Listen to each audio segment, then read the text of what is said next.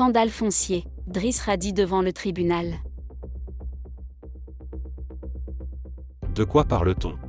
Driss Radi, ancien dirigeant du parti de l'Union constitutionnelle, comparaîtra demain, mardi, devant le tribunal de première instance de Sidi Slimane, accompagné de 9 autres personnes, pour répondre à des accusations graves liées à la falsification en vue de s'approprier 83 hectares de terre sous Aliyat situés dans la région d'Oulad Hanoun relevant de la commune rurale d'El Ksebia.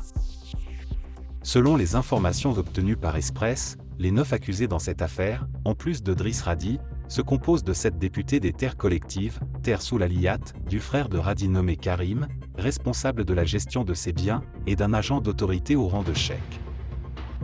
Les détails de cette affaire remontent aux soupçons émis par le ministère de l'Intérieur concernant une demande de permis déposée par Driss Radi pour l'abattage d'arbres dans une forêt d'une superficie estimée à 83 hectares, située dans la commune d'El Ksebia. Suite à une vérification des documents, des irrégularités ont été découvertes, ce qui a poussé le ministère à déposer une plainte auprès du procureur général. Ce dernier a ensuite transmis le dossier à la Brigade nationale pour enquête.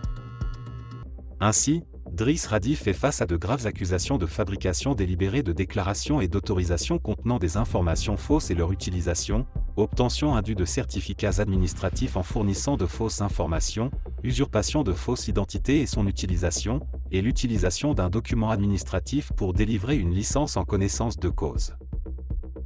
Le ministère de l'Intérieur s'est porté partie civile dans cette affaire, réclamant des dommages et intérêts, comme le montrent les convocations consultées par Express. Il est précisé que les accusations portées contre les accusés n'ont pas dépassé la période de prescription pénale.